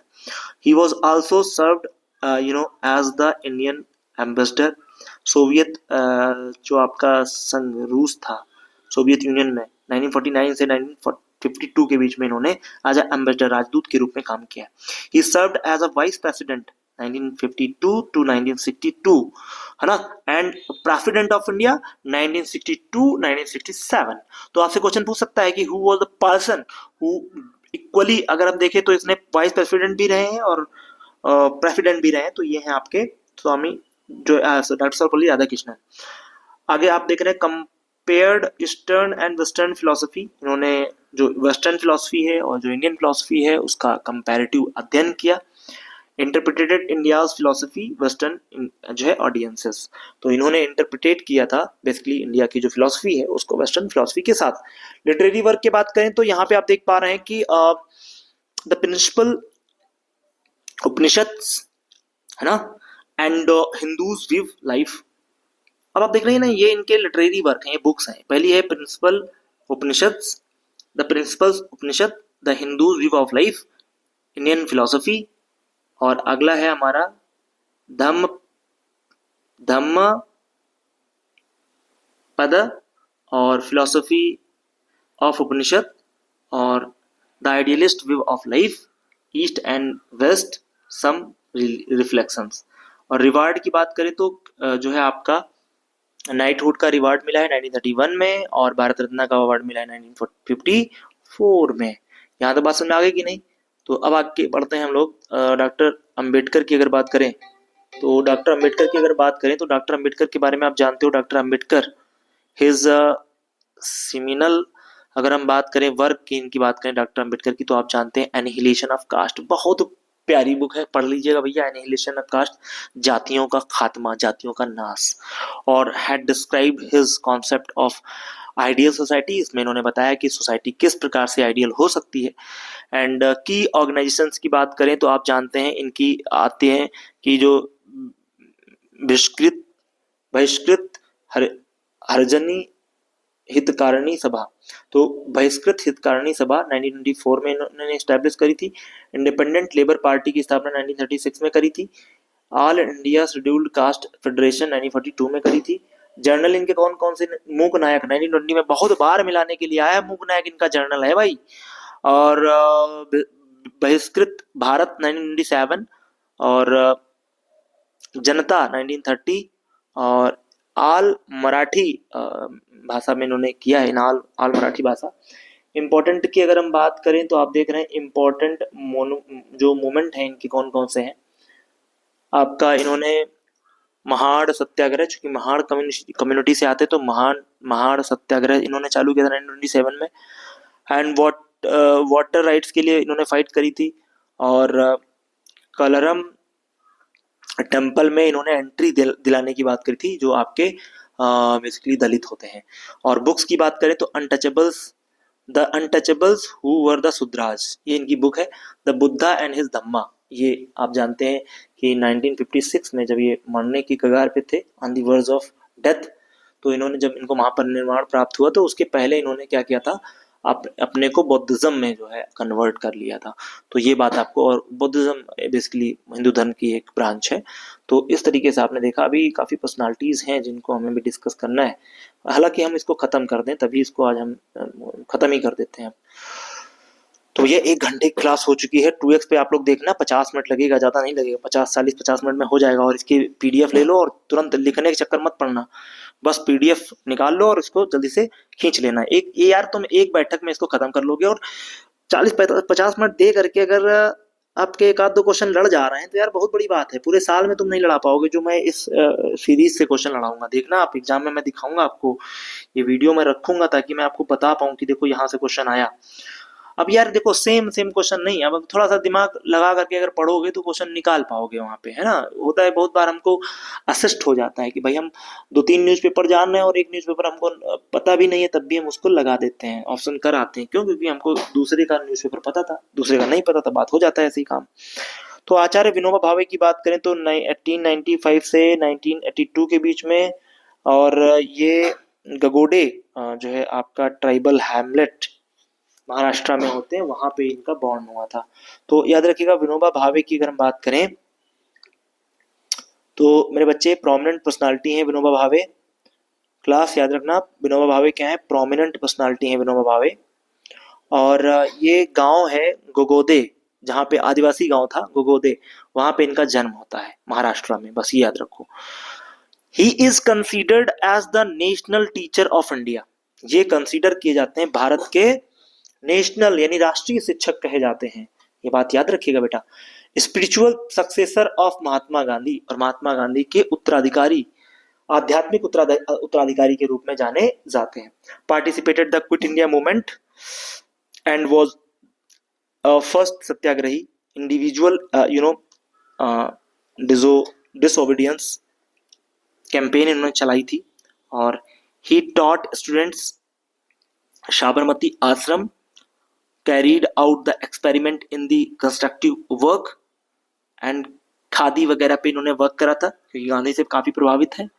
और एस्टैब्लिश द ग्राम सेवा मंडल 1934। पूछ लेगा यूपीएससी की ग्राम सेवा मंडल की स्थापना किसने करी थी गांव लोगों को सर्विस देने के लिए गांव में, तो आपको बस बता देना है कि आचार्य विनोबा भावे। तो बेस्ट नोन किस लिए जाने जाते हैं ये आप जान रहे हैं यहाँ पे, भूदान मूवमेंट के लिए 1951 में ये भूदान मूवमेंट के लिए जाने जाते हैं 1951, ठीक। 1951 में ये भूदान मूवमेंट के लिए जाने जाते हैं, ठीक।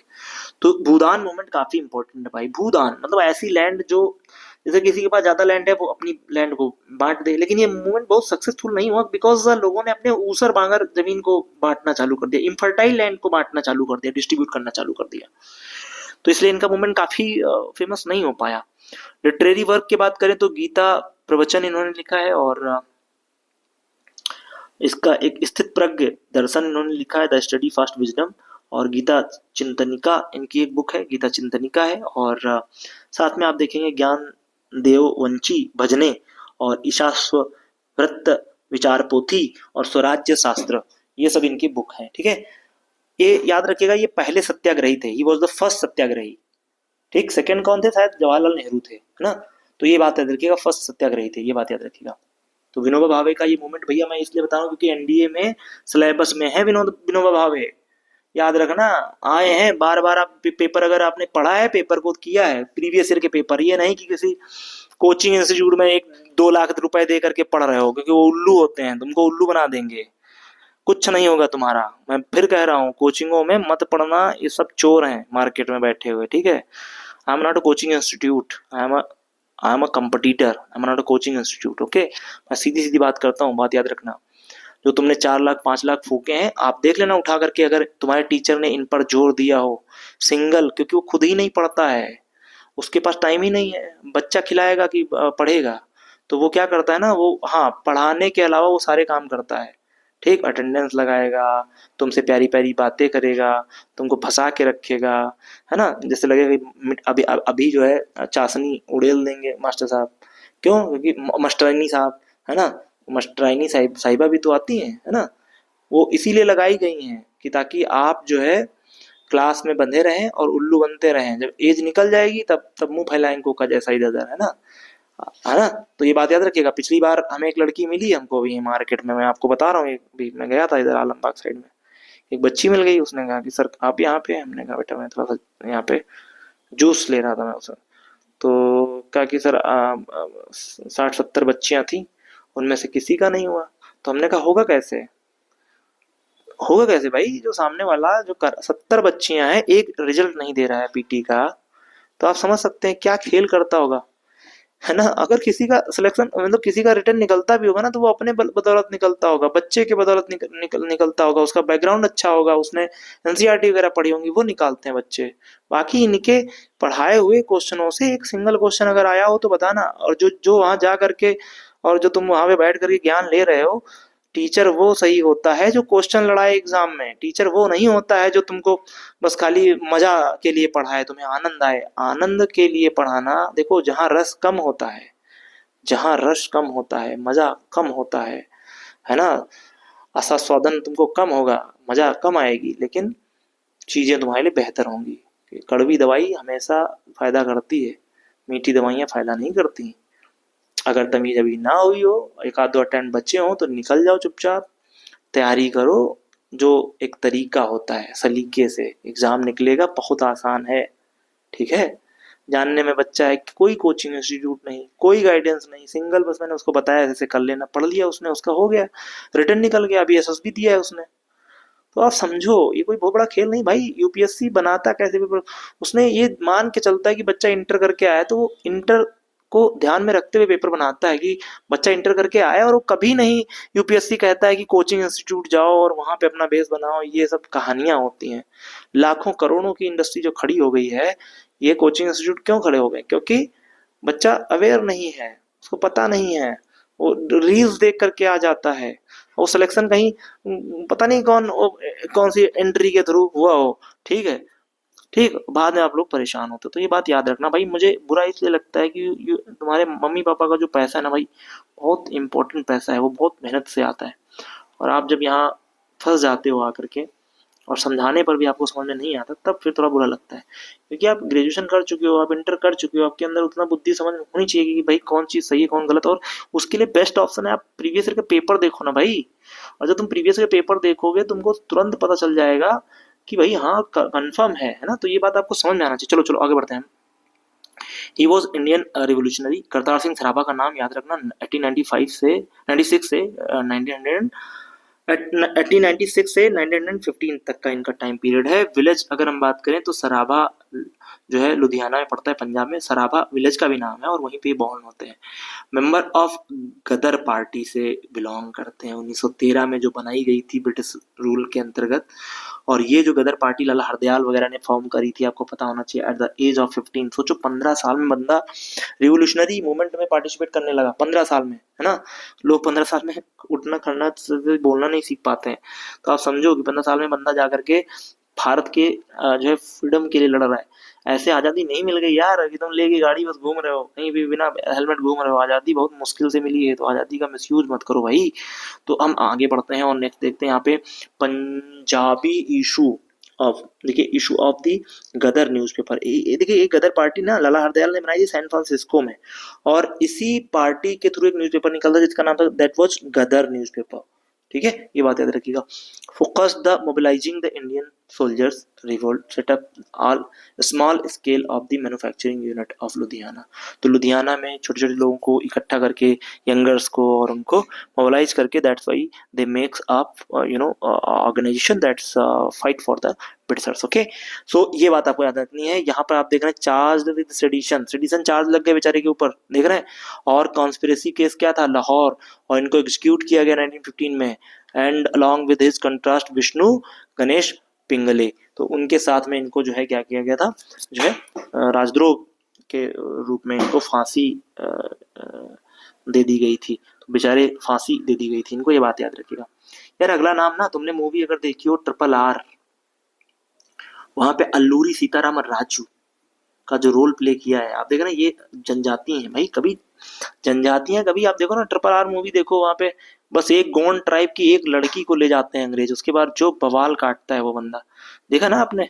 तो वो चीज है यार, ट्राइबल ग्रुप्स एक महान कम्युनिटी है हमारे भारत में, रियल लैंड है वो, रियल भारत के निवासी हैं भाई। देखिए यहाँ पे 4 जुलाई 1897 मोगलू नियर द भीम भीमावरम आंध्र प्रदेश, मोगलू भीमावरम में इनका जन्म होता है। बेसिकली भीमावरम आंध्र प्रदेश में पड़ता है। Influenced by the Mahatma Gandhi, है ना, during the non cooperation movement. तो नॉन कॉपरेशन मूवमेंट में ये पार्टिसिपेट करते हैं गांधी के, एंड ट्राइबल ग्रुप्स के लिए, जस्टिस के लिए लड़ाई करते हैं। देख रहे हैं आप, लोकल पंचायत बनाते हैं, courts, boycott the colonial courts. उन्होंने कहा कि कॉलोनियल कोर्ट्स को हम नहीं मानेंगे, हम बाइकॉट करते हैं। And persuade persuade persuaded people weak khadi and give up drinking. अब आगे आते हैं रंपा रेबिलियन, इनका नाम है। इस रिबिलियन का, इन्होंने जो रेबिलियन चलाया था वो that was called Rampa rebellion. And Rampa rebellion 1922 से 1924 के बीच में आल्सो नोन एज मया Manyam, which is forest area of rebellion. Manyam नाम से इनका मूवमेंट जाना जाता है, जो कि मतलब होता है कि एक फॉरेस्ट एरिया है, उसकी बात ही करते हैं मन्याम। तो मन्यम का मतलब होता है वन क्षेत्र, और वहीं पे इन्होंने विद्रोह किया था। मन्यम बेसिकली रंपा जो वर्ड है उसको डिफाइन करता है। तो 1922 से 1924 के बीच में इनका मूवमेंट चला है Manyam, that was called Rampa rebellion. And he was also referred the Manyam Veerudu. तो याद रखिएगा इनका नाम है मन्यम वीरेडू, जंगल का नायक, द चीफ ऑफ जंगल। तो जंगल का चीफ या जंगल का जो नायक है वो कौन है? मन्यम वीरेडू। तो ये याद रखिएगा, इनको बोला जाता है लोकल लैंग्वेज में, लोकल पीपल के द्वारा।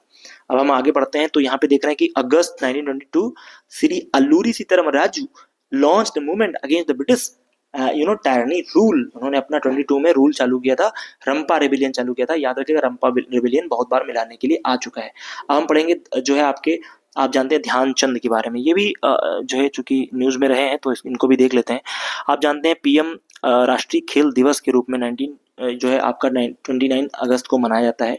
पीएम नेशनल स्पोर्ट्स डे के रूप में मनाया जाता है। पीएम ने इसको ट्रिब्यूट किया है मेजर ध्यानचंद को।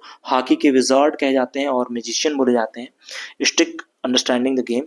और अगर हम बात करें इनको प्राइवेट जो ब्रिटिश इंडियन आर्मी के थ्रू ये प्राइवेट में सिपाही थे, प्लेड अ क्रूशियल रोल, है ना, playing a Olympic gold medal, यानी ओलंपिक का जो गोल्ड मेडल है उसको इन्होंने प्ले किया। और 1928 से 32 के बीच में, 36 के बीच में, है ना, इन्होंने क्रूशियल रोल प्ले किया था हॉकी में। एंड पद्म भूषण इनको 1956 में मिला है। मेजर ध्यानचंद जो है खेल रत्न अवार्ड चालू किया गया है, जो कि राजीव गांधी अवार्ड को चेंज करके इसका नाम ये रखा है ना। तो ये बात आपको याद रखना है। यहाँ तक खेल रत्न पुरस्कार हो चुका है, उत्कृष्ट क्षेत्र में दिया जाता है, सबसे टॉप मोस्ट खेल रत्न पुरस्कार यहाँ पर दिया जाता है।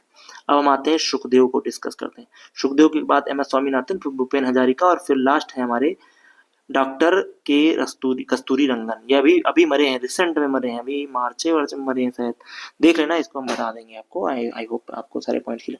बस हम लोग यार खत्म कर लाए, थोड़ा सा और बचा है बेटा। देखो तुमसे ज्यादा मुझे इरिटेशन हो रहा है क्योंकि आवाज ना जाए आपके पास, इसलिए मैंने पंखे को बंद कर रखा है। और हमारा जो रूम है वो काफी गर्म रहता है, तो ये कुछ प्रॉब्लम्स हैं। बट वी विल, सब पसीने में सरेबोर हैं, बट हमने सोचा कि देखिए एक बंदा भी अगर जग गया मेरी बातों से, उसको कुछ फायदा हो गया, 1-2 क्वेश्चन भी लड़ गए और तुम्हारा हो गया सोचो सिलेक्शन, तो कितनी बड़ी बात होगी, है कि नहीं। तो चलो हम लोग डिस्कस करते हैं, आगे बढ़ते हैं। देखिए यहाँ पे सुखदेव थापर की बात करें तो सुखदेव थापर 1907 से 1931 के बीच में आपको देखने को मिलेगा। लुधियाना पंजाब में इनका बॉर्न होता है बेटा, याद रखना।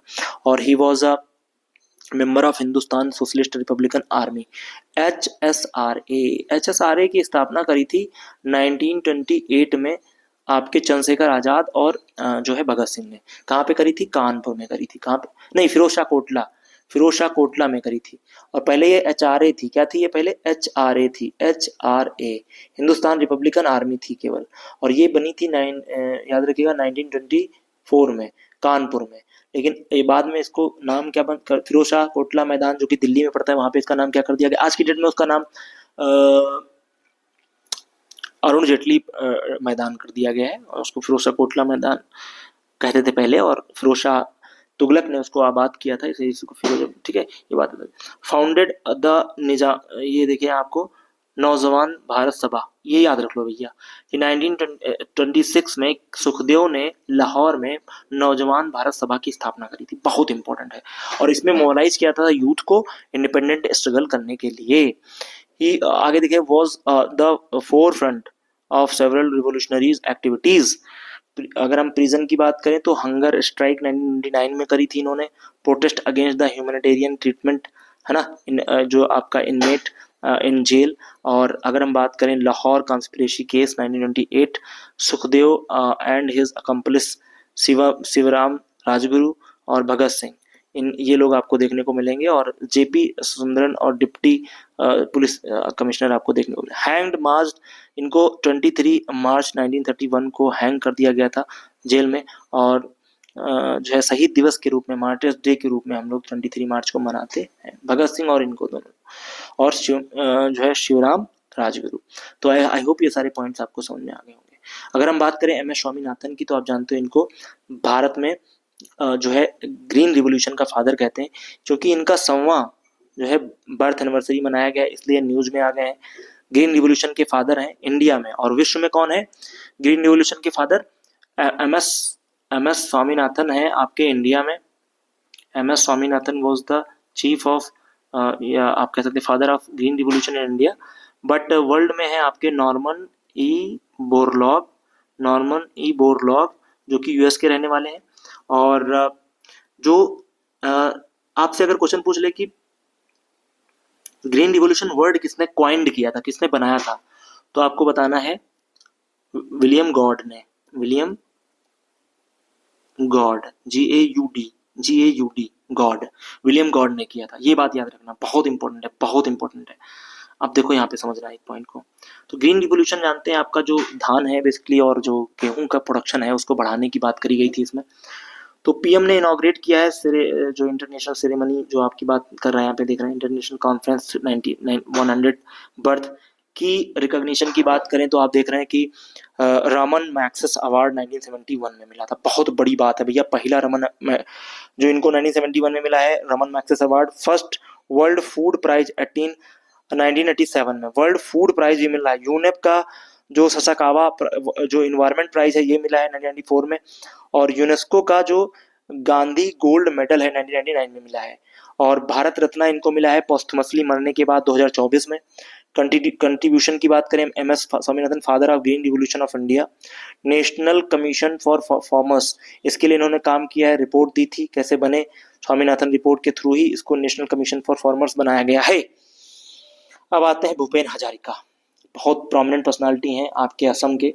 और आप देख रहे हैं ना, ब्रांड ऑफ ब्रह्मपुत्रा रिवर के ब्रांड हैं और असम में ये पैदा लेते हैं। और अगर हम बात करें तो सबसे बड़ी बात यह है कि ये सुधा कंठा के नाम से जाने जाते हैं, द नाइटेंगल, जो कि ब्रह्मपुत्रा में द नाइटेंगल के रूप में जाने जाते हैं। बहुत अच्छे गायक रहे भूपेन हजारिका, असमिया गायक हैं बेसिकली।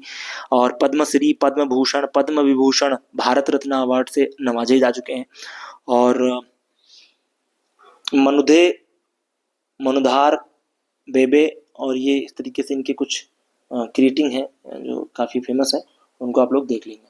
अब आ जाते हैं हम लोग के कस्तूरी रंगन, डॉक्टर के कस्तूरी रंगन। यार बहुत इंपॉर्टेंट है, 1994 में पैदा हुए थे और कस्तूरी रंगन सर, और 2003 में लिखा हुआ है यार, ये तो अभी रिसेंट में, एक मिनट में देख ले रहा हूँ, 2019 में। हाँ ये गलत लिखा हुआ है भाई, इनकी डेथ 2003 में हो ही नहीं सकती। इनका मैं थोड़ा सा एक मिनट रीचेक कर ले रहा हूँ बेटा, एक मिनट रुक जाओ, क्योंकि अभी रिसेंट में तो ये मरे हैं, क्योंकि के कस्तूरी रंगन, इनका थोड़ा डेट ये गलत है, इन्होंने गलत दिया है। मैं फिर से एक बार आपको लिख रहा हूँ, वो लिखना, रुक जाओ एक मिनट। के कस्तूरी रंगन वॉज डेड। एक मिनट बेटा, मैं बस बता रहा हूँ अभी आपको, थोड़ा सा रीचेक कर लेता हूँ। हाँ ये देखो, तो ये 25 अप्रैल 2025 को मरे हैं, 25 अप्रैल, वही मैंने कहा अप्रैल की करंट अफेयर है, ये फंस सकते हैं एग्जाम में। 2025 में मरे हैं भाई साहब, याद रखना। और ये पैदा हुए हैं, देखो, अच्छा ये जो इन्होंने लिख दिया ना 1994 से 2003, ये इसरो के चीफ रहे हैं, पागल लोगों ने, इसरो के चीफ ये 1994 से 2003 के बीच में रहे हैं। देखो नीचे लिखा भी है, space served as a ISRO में इन्होंने सर्व किया है 1994 से 2023 के बीच में, और ये 2003 के बीच में, और यही इन्होंने इसमें भी डाल दी है डेट, यही तो थोड़ा सा कंफ्यूजन था। तो आप देख लीजिए इनकी डेथ हुई है 25 अप्रैल 2000 जो है आपका 25 में। ठीक, तो यहाँ पर आप देख लीजिए polar satellite launch vehicle PSLV पर इन्होंने काम किया सक्सेसफुली, जियो सिंक्रोनस सैटेलाइट पे काम किया GSLV। और आप जानते हैं PSLV और GSLV के जो हेडक्वार्टर हैं ये कहाँ से छोड़े जाते हैं, दो हमारे पास लॉन्चिंग पैड हैं भारत में, जहाँ से हम अपने क्या करते हैं रॉकेट वगैरह को लॉन्च करते हैं। तो दो हमारे रॉकेट लॉन्चिंग केंद्र हैं, वो कहाँ है, एक तो हमारा है दोनों एक ही जगह पर है, ये दोनों श्रीहरिकोटा पड़ता है जगह यहाँ पे, श्रीहरिकोटा। श्रीहरिकोटा एक द्वीप है बेसिकली, श्रीहरिकोटा जो कि पुलिकट लेक में है। कहाँ पे है, पुलिकट लेक में, पुलिकट लेक में है, और यहीं से हमारा GSLV PSLV दोनों लॉन्च किए जाते हैं। तो इस पर जब इन्होंने इसरो में काम किया होगा तो यहाँ पे भी काम किया होगा। अच्छा, ये बहुत बड़े एक जो है एजुकेशनिस्ट भी थे, तो इसको अभी गवर्नमेंट ने क्या किया था, इनको कस्तूरी रंगन की कमेटी की अध्यक्षता में, कस्तूरी रंगन कमेटी की अध्यक्षता में एक बनाया गया था आयोग, जो कस्तूरी रंगन कमेटी थी। और उस कस्तूरी रंगन कमेटी ने क्या किया था, ये बात याद रखिएगा, कस्तूरी रंगन कमेटी ने क्या किया था मेरे बच्चे, कस्तूरी रंगन कमेटी ने एजुकेशन ड्राफ्ट किया है। जो NEP आपकी आई है भारत में 2020 NEP 2020, तो 2020 NEP जो है ना भाई, उस NEP 2020 को इन्होंने क्या किया है, 19 में आई थी 2019 में, और 20 में लागू हो गई, 2020 में लागू हो गई है। तो ये जो NEP को ड्राफ्ट करने वाले थे 10 मेंबर थे, हाई लेवल वर्किंग कमेटी थी, इसके चीफ थे। और साथ में इन्होंने यार इन्वायरमेंट में बहुत काम किया, एजुकेशन में तो किया ही, साथ में इन्होंने जो वेस्टर्न घाट है यार, ये समझ लो भाई बहुत जरूरी है, जो वेस्टर्न घाट का जो इकोसिस्टम है, यहाँ पर कंस्ट्रक्शन ना हो, यहाँ का इकोसिस्टम बना रहे, यहाँ की जो ग्रीनरी है वो बनी रहे, इसके लिए इन्होंने 10 कमेटी, कस्तूरी रंगन कमेटी बनाई गई थी, 10 मेंबर की कमेटी थी, जो वेस्टर्न घाट को सेव करने की बात करी थी। 37% वेस्टर्न घाट जो है इन्वायरमेंटली इको सेंसिटिव है, ये बात इन्होंने करी थी। और अभी रिसेंट में इनकी डेथ हो गई, इसलिए न्यूज में आ गए। कस्तूरी रंगन सर को याद रखना, चेयरमैन भी रहे इसरो के, ये बात आपको समझ में आनी चाहिए। तो अब भैया ये 1 घंटा 26 मिनट का वीडियो है मालिक, it's my humble request to all of you, जितने तुम्हारे दोस्त हैं यार भेज दो, पक्का है यार 1-2 क्वेश्चन तो यहाँ से लड़ेगा ही लड़ेगा। CDS में तो कहो 4 लड़ जाए, NDA में मैं भाई कह नहीं सकता, बहुत उथल पुथल है हिस्ट्री में, लेकिन तब भी 1-2 क्वेश्चन लड़ने की संभावना है, ये बात याद रखना। चलो थैंक्स फॉर वॉचिंग।